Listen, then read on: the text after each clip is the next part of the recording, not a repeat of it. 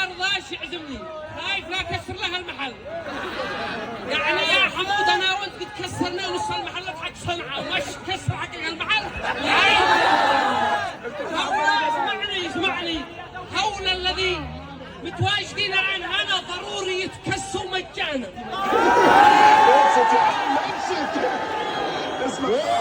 اسمع لا ترضى بالخسارة.